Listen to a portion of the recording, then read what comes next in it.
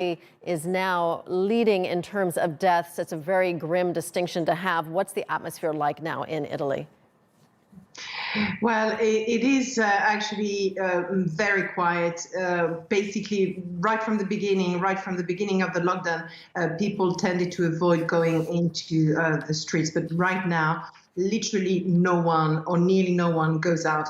And basically, this is happening because the police controls are much more intense. There are police cars everywhere. They ask people why they're out, and if they're not out for a good reason, they may face charges or fines. 53,000 people were out without a good reason. That's the latest figure we have. And some cities have announced that they would use drones in order to check whether people were gathering or not and were respecting the 1 meter safety distance between each of them.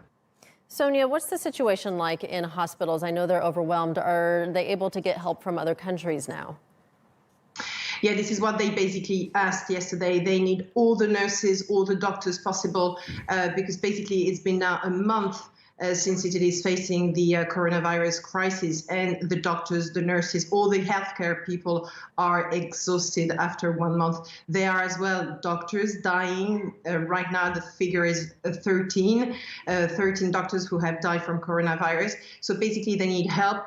We were informed this morning that some doctors from regions which are less hit by the coronavirus in Italy, especially in the south, we're going to go north to help the hospitals coping with the virus. The Americans are helping as well. Today, they're opening a camp hospital in Cremona, which is one of the epicenter in the north in Lombardy. So they're opening today a camp hospital to welcome patients who are coronavirus positive. Sonia, let's talk about this lockdown a little bit more there in Italy. And I believe we have some live images of the streets there where you can see that there's hardly anybody out at all, some really empty scenes there. Sonia, you talked about people being really quiet today, and I know in previous days, once this lockdown had first started, we were seeing some videos of people trying to keep up their spirits. But do you get the sense that people are really getting tired and like these spirits have been dampened? Yes, I think you're right.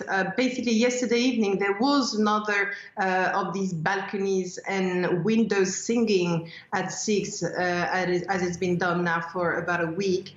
But it was much sadder. Actually, people were praying as well for all the victims. And it's a complete change of atmosphere for sure.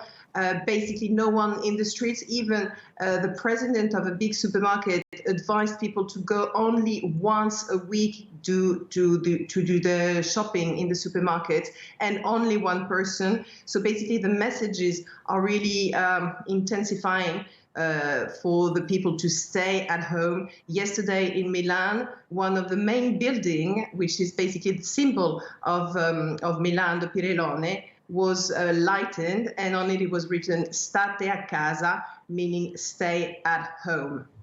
Sonia Logre live in Rome. Sonia, thank you for that update for us.